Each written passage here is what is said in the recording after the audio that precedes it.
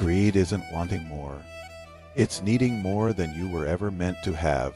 Wrath cast him down, but greed kept him moving. Lucifer hit the earth broken, burning, humiliated, but humiliation didn't humble him. It awakened something far worse, a hunger, a craving, a desperate, gnawing need to reclaim what he had lost, and to take what was never his to begin with.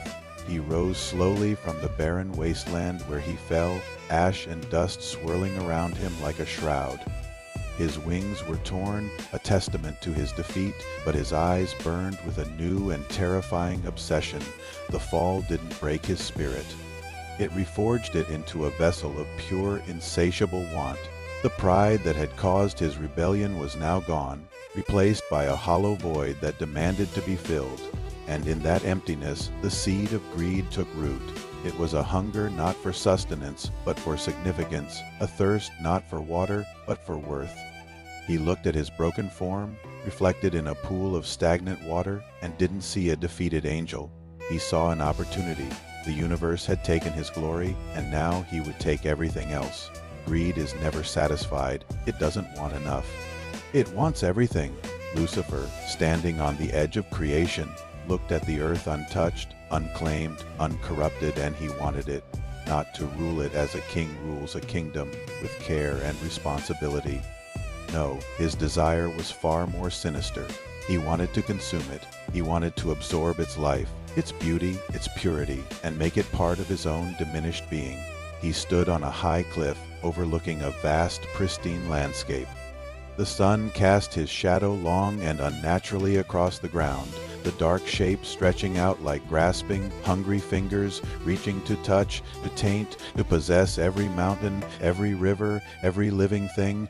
It was the first time he had looked at something not as a reflection of his Creator's glory, but as a resource for his own. The world was a feast laid out before him, and his fallen nature saw only an invitation to devour. He felt no admiration for its design, no wonder at its complexity. All he felt was a predatory instinct, a deep primal urge to make it all his. This was the first true craving of his new existence, the moment his fallen pride transformed into an eternal, all-consuming hunger. He remembered the worship of heaven, the sound of a million voices in perfect harmony. The light, pure and overwhelming, that bathed everything in divine glory, the feeling of being part of something immense, something perfect, and as the memory surfaced, greed twisted it, corrupted it, turned it into a painful, desperate craving. He didn't just want worship anymore. He needed it. He needed voices bowing to him, not to a higher power. He needed souls feeding him, their energy, their devotion, their very essence, pouring into him to fill the gaping emptiness that wrath had left behind. He closed his eyes and imagined the angels bowing, but the vision distorted. The radiant beings turned into dark, twisted shadows, kneeling before his broken form on a throne of dust and rock, his face contorted with a mixture of intense longing and furious rage. The memory of what he had lost was no longer a source of sorrow. It was now the fuel for his insatiable ambition. He had to have that adoration again, but this time it would be his and his alone. He would build his own choir, forge his own glory, and create his own heaven, even if he had to drag the whole of creation into hell to do it. Greed always builds a plan. It's not a chaotic impulse. It's a cold, calculated strategy, a system of taking. Lucifer, now driven by this new engine of want, began to study creation, not to admire its beauty or understand its purpose, but to find its weaknesses, to exploit its vulnerabilities. He learned the patterns of the wind and the flow of the rivers. He watched the animals, observing their instincts and their drives. Most importantly, he learned how the newest of creations, humanity, would think, how they would feel, how they would desire. He saw in their hearts the faint echoes of his own former longings for love, for meaning, for connection, and in that he saw his weapon. He prepared to weaponize their own desires to feed his own. He would whisper temptations that sounded like their own thoughts, offering them shortcuts to happiness that led only to his dominion. He walked through the early earth, his presence a subtle poison. He touched stones, trees, and water, and each one seemed to darken slightly as he passed, a premonition of the corruption to come.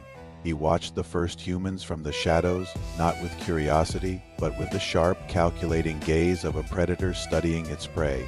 His plan was simple: turn their own God-given desires into chains.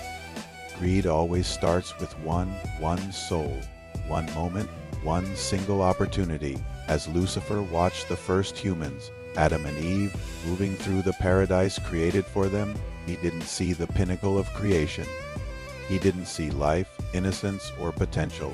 He saw supply. He saw a source of worship he could steal. He saw a reservoir of glory he could siphon for himself. He saw a way to finally fill the agonizing void inside him by emptying them of everything they were meant to be.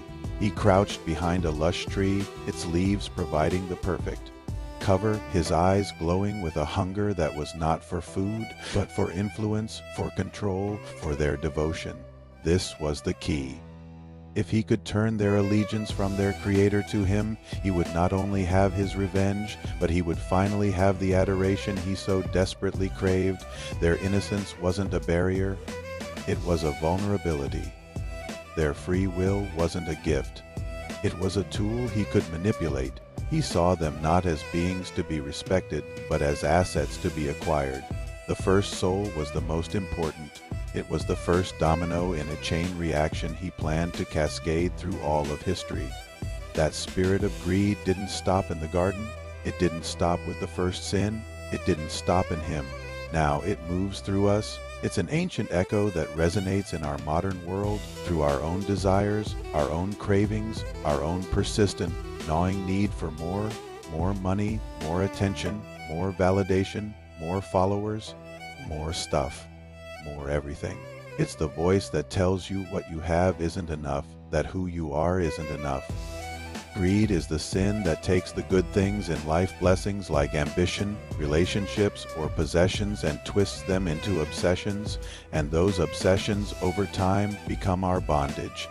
We see it every day, the person scrolling endlessly through social media, hungry for a life that isn't theirs, the person hoarding possessions, trying to fill an emotional emptiness with physical things, the person chasing status at any cost, sacrificing integrity for a moment of recognition. Behind each of these modern struggles, you can almost feel that ancient shadow, whispering, feeding the hunger and consuming the soul, one desire at a time. The battle that began in heaven and continued in the garden is now fought inside each of us. Thank you for watching Creative Talk. Make sure you like, share, and subscribe for more.